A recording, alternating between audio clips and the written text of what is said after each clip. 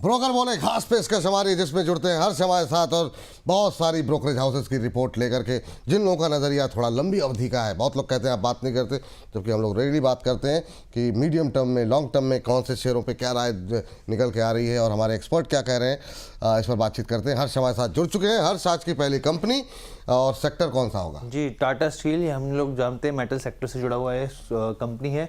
मोतीलाल ओसवाल की रिपोर्ट आई है यहाँ पे। खरीदारी की सलाह 240 रुपये प्रति शेयर के भाव का इन्होंने टारगेट दिया है। सबसे पहले इनका कहना है कि जो घरेलू मांग है वो काफ़ी मजबूत बनी हुई है यहाँ पे, और जो सेफगार्ड ड्यूटी का जो सपोर्ट मिलता दिख रहा है वो कंपनी के लिए काफ़ी बेहतर है यहाँ पर। इसके अलावा इन्होंने कहा है कि जो कंपनी एक्सपेंशन कर रही है आने वाले क्वार्टर्स में वो एक बेहतर स्थिति दिखाएगा।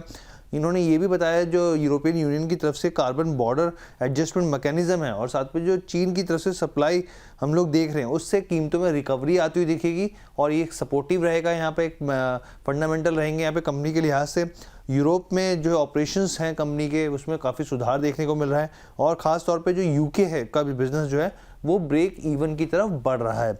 अगर वैल्यूएशन की बात करें तो इनको एक मानना है जो एंटरप्राइज वैल्यू टू एबिटा है वो करीब 7.7x पर ट्रेड कर रहा है, जो कि इनको काफ़ी बेहतर दिख रहा है। ये बात है। मोतीलाल ओसवाल की राय 240 के टारगेट, अभी 208 के आसपास चल रहा है। थोड़ी सुस्ती आज जरूर है, लेकिन अच्छी मजबूती दिखाई है टाटा स्टील ने। अमित सर के पास चलते हैं और अमित सर, क्या व्यू रहेगा? अजय कुमार सोनी जी भी पूछ रहे हैं इसके बारे में, कह रहे हैं इन्होंने 127 पे लिया, 127 पे लिया हुआ है, फिर पूछने की आवश्यकता है क्या आपको? लेकिन ठीक है, फिर भी ओवरऑल मोतीलाल ओसवाल की रिपोर्ट से आप कितने सहमत हैं 240 की टारगेट से? और भाई साहब ने, अजय कुमार जी ने 127 पे लिया भी हुआ है टाटा स्टील, उनके लिए क्या राय रहेगी?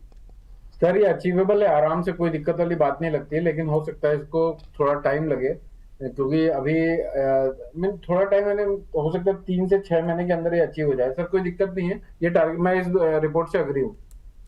इस रिपोर्ट से अग्री करते हैं तो यहाँ पर बिल्कुल आसानी से जो है टारगेट आते हुए दिखाई दे सकते हैं। अब और सर, ये जो जिन्होंने 127 पे लिया हुआ है उनको क्या बोला आपने? सर वो तो अपना मस्त मौज करे, सो जाए, कोई दिक्कत वाली बात। ठीक, अभी जब एक बार हो जाए ना ये टारगेट 240 वाला, फिर पूछ लीजिएगा अगला टारगेट क्या है। हाँ, चलिए, कभी कभी हर्ष मुस्कुराते हैं, ऐसा लगता है वाह।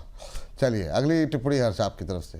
जी, LIC हाउसिंग फाइनेंस से सोने की बात कही ना उन्होंने, तो मैंने कहा कि इसलिए आप हर्ष जो है ना कुछ चार्ज करना शुरू कर दीजिए मुस्कुराने पे, कि आज मुस्कुराऊंगा 10 रुपए लूंगा, तो वो जो है। जी बताइए। सिटी की रिपोर्ट है। खरीदारी की सलाह 730 रुपये प्रति शेयर के भाव का यहाँ पे टारगेट्स दिए गए हैं यहाँ पे। और यहाँ पे देखिए जो ब्रोकरेज की तरफ से रिपोर्ट में साफ तौर पे कहा गया है जितने हाउसिंग फाइनेंस कंपनियां हैं उसके हिसाब से देखें तो वैल्यूएशन को काफ़ी पसंद आ रहे हैं। सस्ते वैल्यूएशन पे स्टॉक 3 महीने, 6 महीने, 1 साल के हिसाब से देखें तो काफ़ी करेक्ट हो चुका है। यहाँ पर वैल्यूएशन के हिसाब से देखें तो आप यहाँ पे ये देखिए कि FY27 के हिसाब से 0.6x पर ट्रेड कर रहा है यहाँ पर। और अगर आप कीमतों के हिसाब से देखें यहाँ पर तो 11.5% के आसपास का रिटर्न ऑन इक्विटी दिखता है यहाँ पे। 4% लोन जो है वो यहाँ पे जो ग्रोथ है वो काफ़ी कंजर्वेटिव दिख रही है इनको। अगर आप रणनीति के हिसाब से कहें तो मजबूत डिस्ट्रीब्यूशन होता है यहाँ पे। को लेंडिंग और सेल्फ यहाँ पे एम्प्लॉयड की बात करें साफ तौर पे तो अफोर्डेबल जो सेगमेंट है कंपनी का, काफ़ी एग्रेसिवली कंपनी आगे बढ़ रही है, तो उनको लग रहा है काफ़ी बेहतर है। रिस्क रिवॉर्ड रेशो काफ़ी आकर्षक लग रहा है और गिरावट की जो संभावना है वो काफ़ी सीमित दिख रही है। चलिए ठीक है, ये है LIC हाउसिंग फाइनेंस।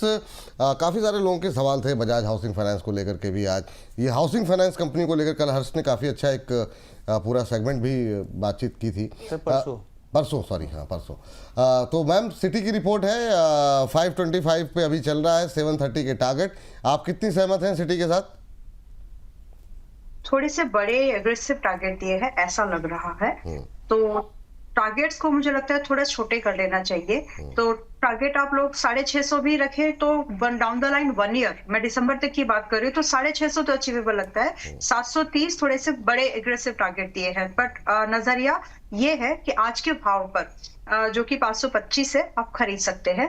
और टारगेट 2 पड़ाव पे आप इसको रख लीजिए। पहला, आप लगभग प्रॉफिट बुकिंग करिएगा आपकी 580 पर, अगर आप शॉर्ट टर्म व्यू लेके चल रहे हैं। लेकिन अगर साल भर के नजरिए से रखना है तो 650 का वेट कर सकते हैं। 730 मुझे थोड़ा सा एग्रेसिव टारगेट्स लग रहे हैं। रही बात स्टॉप लॉस, तो आज खरीदने वालों के लिए स्टॉप लॉस जो है वो 495 रुपए का इनफ हो जाएगा। मैम, बजाज हाउसिंग फाइनेंस भी एक बार जरा देख लीजिएगा इसी के साथ, बहुत लोगों की क्वेरीज रहती हैं, काफी पिट गया है, और कितना टूटेगा?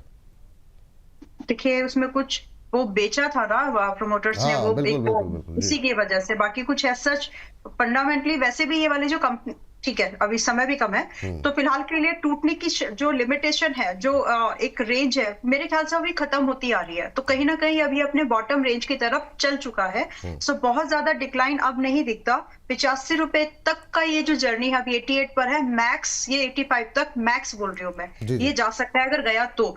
हालांकि यहाँ से खरीदने वालों का लॉस है डिफाइंड, मतलब 84.50 पर भी अगर आप आपका स्टॉप लॉस रख लें, it is more than enough for the targets की यहाँ से आपको 95 रुपए से लेकर के, इसमें आप थोड़े बड़े टारगेट की एक्सपेक्टेशन रख सकते हैं। 95 से लेकर के अगर आप 115 की भी एक्सपेक्टेशन रखें, तो मोमेंटम हाई बीटा जब इसमें बनेगा, एक अच्छा मोमेंटम ये जी। कर जाएगा इस चीज को। तो फिलहाल जिसको खरीदना है खरीद सकते हैं, जो है एज इट इज भी रख सकते हैं। 84.50 का स्टॉप लॉस रख लीजिए। चलिए ठीक है, ये बात अब ये है कि मतलब अंबाला मैम भी भावनाओं को मेरी समझने लगी हैं कि नहीं समय कम है।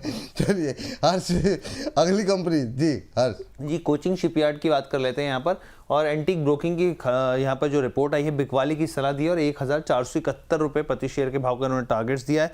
अब इन्होंने कहा कि जो स्टॉक है वो प्रीमियम पर ट्रेड कर रहा है यहाँ पर, और इनका ये मानना है यहाँ पर कि जो Q3 के नतीजे रहे वो काफ़ी ज़्यादा कमज़ोर रहे और आगे भी स्थिति जो है कमज़ोरी की देखने को मिल सकती है यहाँ पे, इसलिए इन्होंने बिकवाली की सलाह दी है।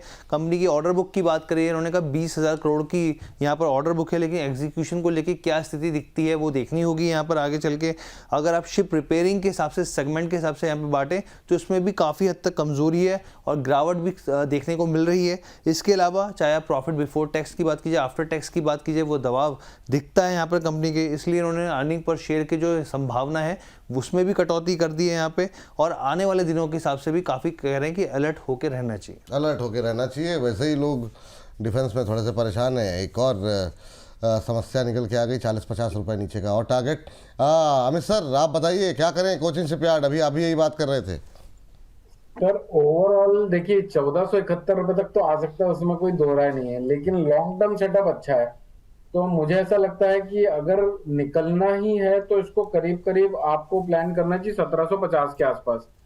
1750 और 1700 रुपए के बीच में, यहाँ पर एग्जिट ना करके 1700 और 1750 के आसपास एग्जिट प्लान करिए। सूनर और लेटर हो सकता है 1471 रुपए के टारगेट अचीव हो जाए, लेकिन मुझे ये भी लगता है कि 1700 प्लस के रेट भी दिख सकते हैं। बात यहाँ पर निकल करके आई है भाई साहब, दर्द तो बढ़ रहा है लेकिन मार्केट के अंदर 25-700 मतलब 20-20 50-50 पॉइंट करके जितना ऊपर जाते हैं एक ही दिन के अंदर सब साफ कर देते हैं। 131 अंक नीचे। अब देखते हैं रिकवरी कितनी आती है। मैंने एक बात बोली थी जब निफ्टी बैंक का एनालिसिस किया था कि ये जो ग्रीन कैंडल है इसको खा जाएगा आज के दिन में, तो एंड हो गया है वो, हो गया मैम, मान इसी के गया लिए जी।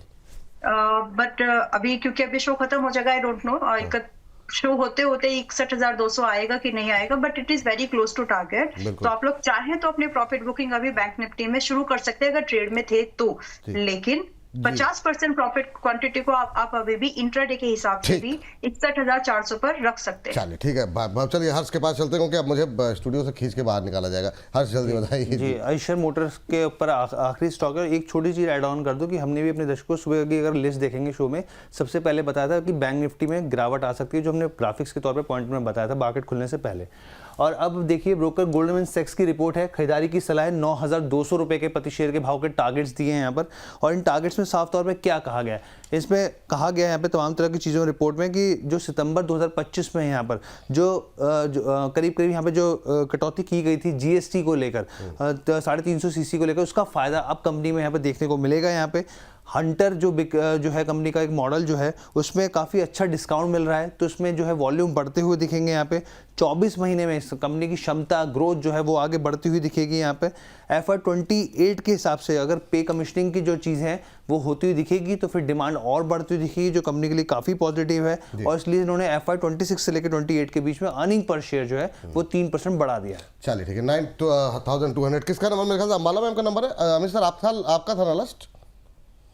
सर लास्ट तो मैंने दिया था, अगर आप बोलें तो इसमें अपने व्यू वापस से दे सकता हूँ। चलिए तो 10 सेकंड में दे दीजिए, मतलब समय बिल्कुल समाप्त हो गया सर जी। सर 9200 का टारगेट अचीवेबल है, लेकिन थोड़ा टाइम लग सकता है, करीब 1 से 1.5 साल इसको होल्ड करना पड़ सकता है। कोई दिक्कत वाली बात नहीं है, सेटअप बढ़िया है, 7,500 का मंदा लगता नहीं है।